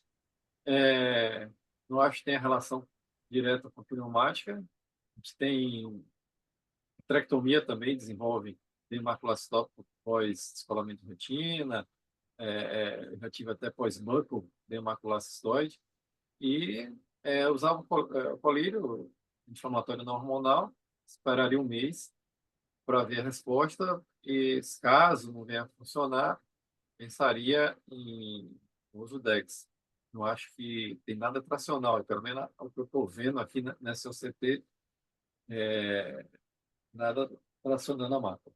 Não dá para ver, né? Na verdade, o CT está cortado É que eu bem. estou procurando uma linhazinha aqui, né? Rente aqui a coisa do a hialoide, eu não vejo, né? Não Parece que tem está nem pico, aderida né? ainda a Ele está bem hialoide. uniforme. Ele está uma cupuliforme de uma forma sem sinais de tração, né?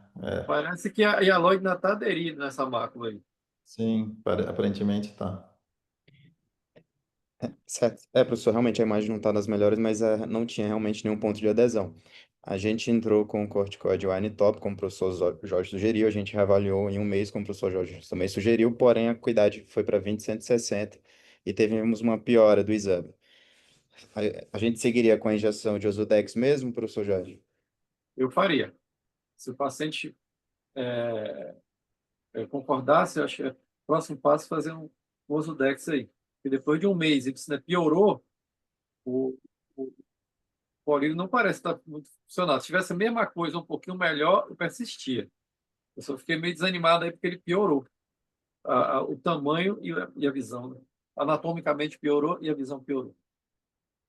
A Certo. triamcinolona também serve como uma alternativa aí, né? Triamcinolona para gente lá no HC, acho Ah, que sim, sim, tracinolona. É porque eu atualmente uso muito pouco tracinolona. Mas tracinolona, no âmbito de SUS, funciona bem. Já tive resultados maravilhosos com uma aplicação só. Concordo plenamente. Não veio à cabeça porque pouco uso hoje. Perfeito. Justamente como o professor Hélio falou, devido à disponibilidade, a gente acabou optando pela triamcinolona. E um mês após, o edema deu uma regredida, o paciente evoluiu com 20/100. A gente esperou mais 2 meses após a triamcinolona para esperar o pico de efeito. E o edema regrediu e o paciente se mantendo 20/60, sem edema macular cistoide. Caso muito bom para exemplificar o processo inflamatório cirúrgico do laser, tudo que você foi feito aí. Para mim, a causa do dermatoide foi inflamatório pela manipulação cirúrgica. E o tratamento não é uma vitrectomia. Você não está vendo nenhuma tração aí. O tratamento é farmacológico. Resultado maravilhoso. Perfeito, professor.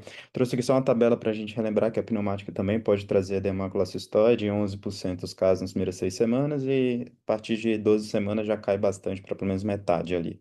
Mas outros procedimentos também podem causar, como os professores falaram muito bem, a própria vitrectomia, o próprio buccal, considerando a taxa maior para o buccal chegando até quase 30%. Posso seguir, professor? Pode seguir. Tá. O segundo caso, rapidinho aqui, é o paciente de 49 anos do sexo feminino com a baixa acuidade visual no olho esquerdo há 5 dias, sem comorbidades, FASCA, apresentava acuidade visual de conta deles a 2 metros, apresentava uma rotura única nasal superior. Gostaria de abrir rapidamente também para umas possíveis resoluções para esse problema. André? Pedro Braga tá aí também? Pedro? Pedro está como anfitrião, não? André, pode falar.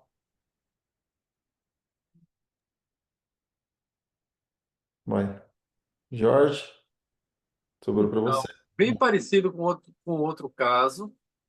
Só fica um pouquinho curioso aquelas dobras que você tem ali, se tem algum PVR ali. Estou achando a imagem minha aqui muito branca, certo? Na arcada temporal superior, principalmente na região mais é, temporal. Se você tiver PVR, aí eu não faria pneumoretinopexia, certo? É, pensaria mais no Vitré e passava talvez uma faixa. Mas se não tiver nenhum PVR, aí eu pensaria também em fazer a pneumo, porque o rasgão superior único continua sendo uma boa opção. Eu acho que essa imagem é até melhor que a do primeiro caso, né? Na verdade, tem uma imagem, essas dobras de retina aí, que podem considerar um PVR grau A, né? Mas eu acho que a tendência aqui, a quantidade de volume, o quadrante, a posição da rotura, a chance de assentar ela é maior, de assentar o líquido, e mais rapidamente do que quando você tem uma quantidade maior de líquido, né? Não, Pode ser. tanto assim ainda não é melhor do que o primeiro caso. O outro caso tinha um bolsão imenso, certo? Era fazer aquela a velha stream roll manobra, ou seja, a manobra de rolagem. Mas essa daqui você nem precisa, é só posicionar o paciente. Isso. Pode Perfeito. seguir. Né? Obrigado, professor. Perfeito, professores. Foi realmente indicada a pneumática, porque não foi visualizado um PVR significativo. Foi realizado o laser, o paciente evoluiu com acuidade visual de 20/30. É, primeiro pós-operatório imediato, apresentava esse líquido residual. Aí eu gostaria de abrir novamente para como os senhores manejariam. Lembrando Então, que... é incomum esse líquido residual, certo? Tem vários pacientes que eu faço e tem paciente que demora até 3 meses para resolução completa desse líquido. Também você vê esse líquido residual no paciente que você faz buccal. E no paciente jovem, que demorou quase 4 meses para ficar a visão. Antigamente, antes da era OCT, se dizia que a resolução final de um paciente pós-operatório de descolamento de retina, você só podia afirmar depois de 6 meses. O trabalho tinha que mostrar a resolução depois de 6 meses, porque, por algum mecanismo que a gente não sabia bem claro, nem sempre a gente via líquido, que a melhora só ocorria depois de 6 meses. Provavelmente porque carro do líquido, só que naquela época não tinha OCT. Mas não é incomum ter líquido subretiniano com a retinazinha colada e você ter que esperar mais. Não, perfeito, né? Esse comentário, eu acho que uma vez você tamponou a ruptura, a única coisa que aconteceu é que ainda não deu tempo de absorver todo o líquido. E progressivamente, só observar, manter a posição, que a tendência é que isso seja absorvido, né? Seja numa introflexão, seja numa pneumática. Pneumática num paciente que tem um volume líquido de descolamento menor do que provavelmente isso era mais facilmente aceitável no paciente que se apresentou no primeiro caso do que nesse daqui, onde tinha mais líquido, o descolamento era bem maior, a quantidade de líquido subretiniano era bem maior do que nesse daí. Mas você pode só manter observando, esse é o primeiro PO, né? Então, acho que cabe só observação, nada manter posição de cabeça. Perfeito. Perfeito, professor. Mantivemos a conduta, mantemos o segmento acompanhando com a CT, Com 2 meses, o paciente mantinha líquido. Com 4 meses, teve uma regressão, mas mantinha.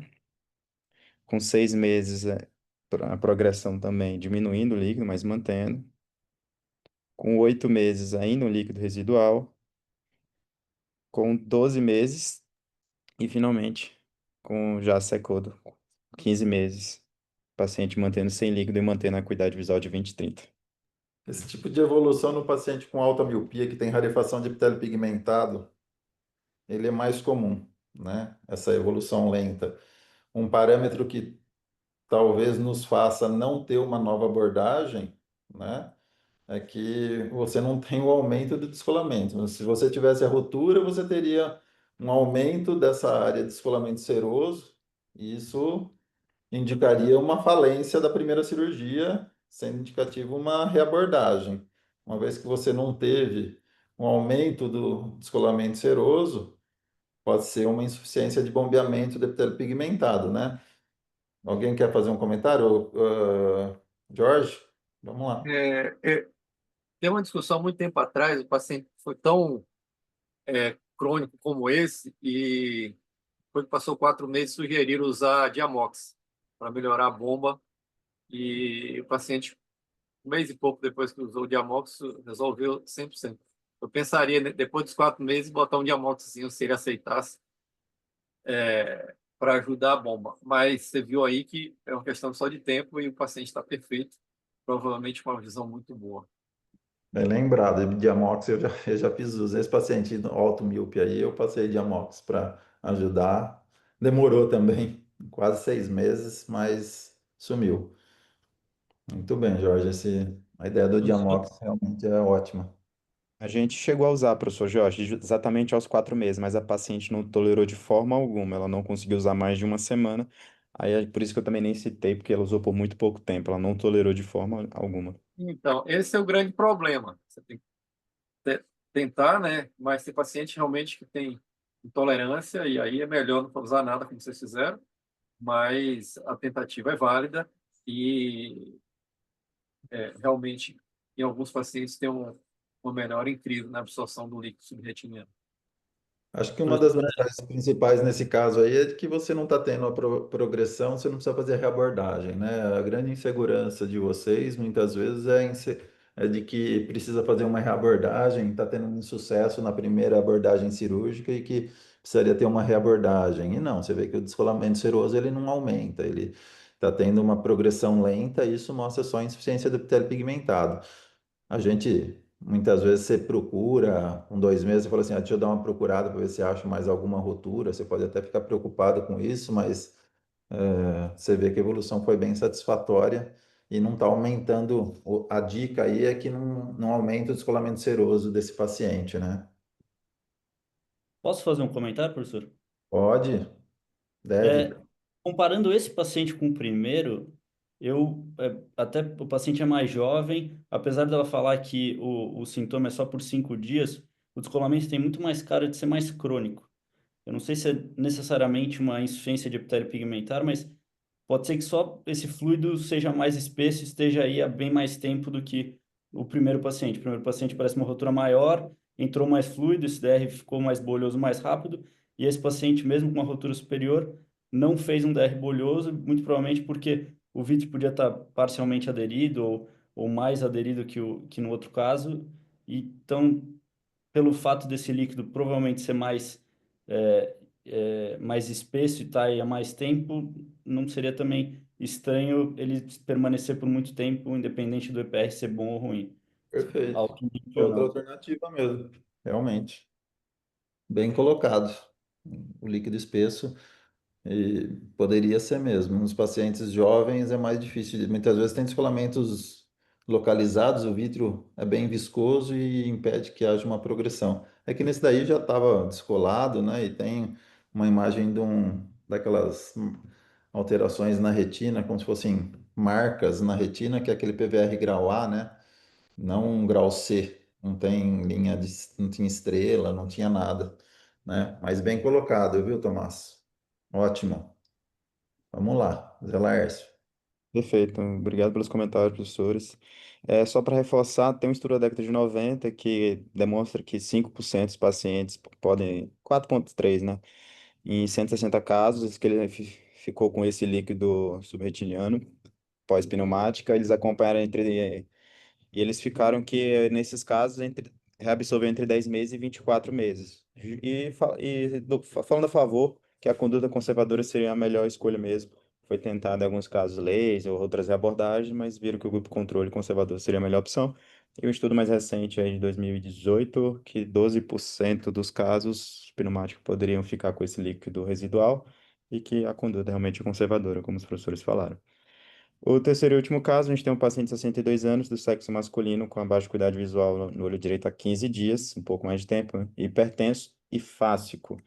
Ele apresentava a cuidado visual de conta deles a 1 metro e uma ruptura em ferradura temporal superior. Gostaria de abrir novamente para a discussão de possíveis formas de a gente corrigir esse descolamento. Tomás, vamos começar por você. Vamos lá. Que, de novo, todas as opções são válidas. Fazer um buckle, fazer uma vitrectomia, fazer uma pneumática.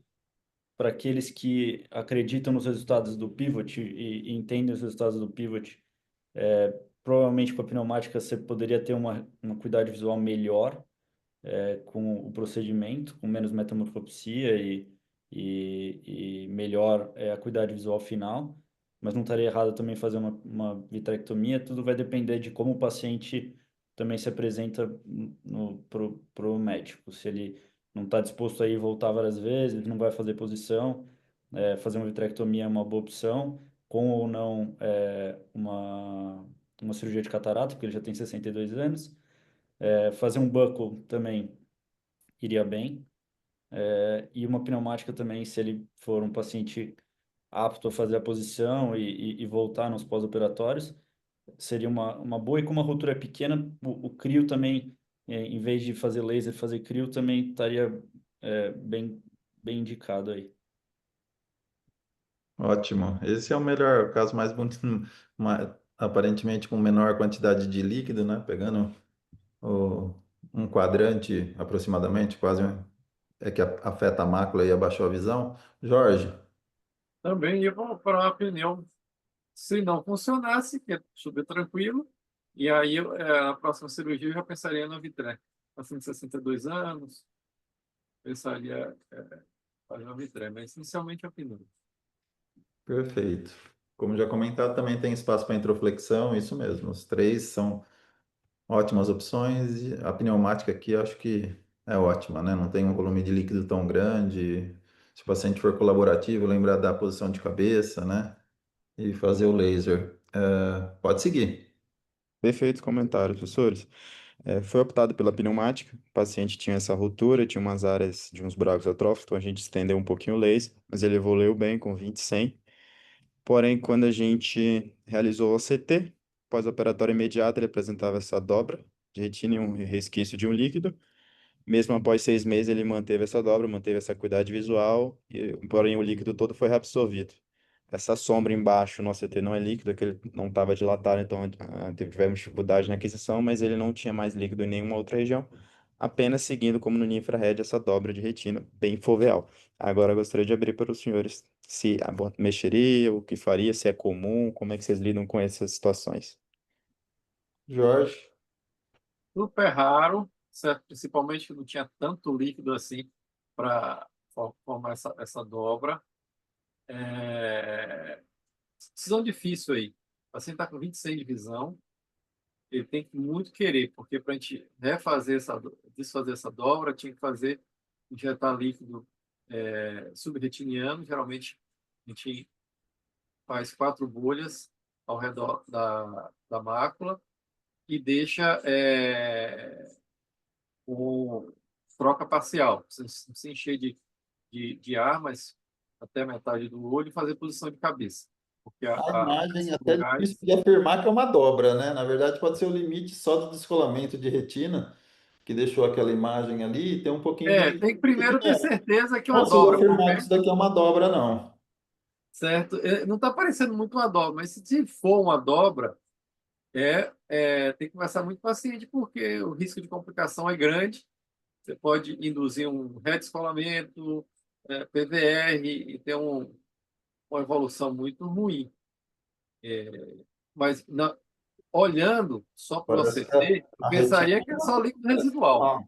não parece estar dobrada, não. Parece ser o limite do descolamento, tem um pouquinho de líquido subretiniano, né? E, mas acho que cabe essa discussão sobre abordagem em pacientes com dobra retiniana, apesar que aqui eu acho que é só um líquido subretiniano Se que. você prestar atenção, na região temporal, tem um pouquinho de líquido aqui também. Você seguiu o OCT, esse do lado esquerdo, você vai seguindo e tem um leve descolamentozinho aqui, que provavelmente também é líquido que está se acumulando aí. O mais provável é líquido acumulado que também vai ter aquele trabalho para reabsorção, né? Mas que não está progredindo ó, com 6 meses. Geralmente, a característica anatômica da dobra, você tem uma elevação também da retina interna, não só da retina externa. Você tem uma dobra realmente a extensão da retina. Isso. Aqui, Aí, a imagem não é propriamente essa. A a única retina imagem que parece mais. neurosensorial aí tá bem desenhada, a retina neurosensorial, né? Não parece uma dobra. Não leva a uma dobra completa. A imagem que você pega aqui da Red Free parece uma dobra, mas quando você vai para o CT, falta É que essa a extensão imagem, completa. quando a transição da área de descolamento deixa como se fosse quase uma linha de demarcação, que muitas vezes no OCT, nessa imagem do OCT, a gente consegue visualizar, mas é como se fosse uma linha de demarcação do limite onde estava descolado e o limite não estava descolado, porque ela veio até a mácula, se você pegar o Deixando uma descolamento, marca no pigmentar da retina. isso, ficou só uma marca. A área que você tem permanência de líquido crônico, você tem um sofrimento da pigmentar da retina. Ele muda a coloração. Sim, não justifica, a não ser pela cronicidade do processo, uma visão de 20/100, né? Já que o líquido subretiniano nessa quantidade aí não é para baixar tanto a visão, né? Não é o que a gente vê no dia a dia. A não ser um descolamento que chegou já com uma cronicidade, apesar do volume pequeno de líquido, mas que afetou a mácula e que deixou uma baixa visual residual pela cronicidade do processo também. Que era bem antigo. E tá sem correção também, né? Ele pode ser que seja melhor que 20/100. Isso, Sim, a correção é importante. Imagina se ele é míope. E a gente está aqui discutindo isso tudo. isso. Pode seguir. Vamos lá. Perfeita discussão. Foi levantada essa hipótese de possível abordagem, o paciente optou por não abordar, ele estava satisfeito, ele queria realmente apostar que a visão não teria nenhuma alteração. Eu não tenho o último CT dele, mas eu vi ele mais ou menos com uns 8 para 9 meses e mantinha exatamente igual, tá? Então, e ele mantendo a visão de 20/100, sem correção. Então, por enquanto, a conduta realmente está sendo conservadora e a gente Deu acredita. Diamox para ele? Você deu também? Não. Ficou um mês com Diamox, porém não mudou nada. E ele também com colírio e nada. Nesse caso também não fez muita ajuda. Mas, e aí a gente ficou pensando realmente nessa questão, se foi uma dobra, se foi mais o limite do descolamento, como o professor ele falou. Outra coisa, José, Esse é o limite, Alex, não é a dobra, não. Mas Sim. até porque com pneumática, você vai pensar em dobra se você vai tirar o líquido subretiniano muito rápido e isso causa algum slippage, essa dobra na retina, que com pneumática praticamente, acho que não ocorre, isso dá para falar, não sei se dá para falar com 100%, mas acho que 100% das vezes isso não vai acontecer. É mais comum com descolamento de retina, ou com vitrectomia, quando você faz Exato. a aspiração ativa e você deixa um líquido na mácula e essa onda de líquido leva digamos assim, uma extensão da retina se dobrar. Mas é muito raro e não tinha tanto líquido assim para essa retina se dobrar sobre ela mesma. Então, muito, quase impossível pela pneumática. Esse daqui é mais um caso que segue aquela linha do descolamento seroso que não aumenta, né? Não indicando falência da primeira cirurgia, sim, mais uma, ou uma, como o Tomás colocou bem, um líquido espesso ou uma insuficiência de epitélio pigmentado de bombeamento, né? Mas tá ótimo. Acho que quer finalizar? Posso finalizar, professor? Só reforçando como o Tomás falou, as incidências de dobras é bem raro nas pneumoláticas. Segundo o Pivot, ele colocou como 14%, somente nos casos do mácula off.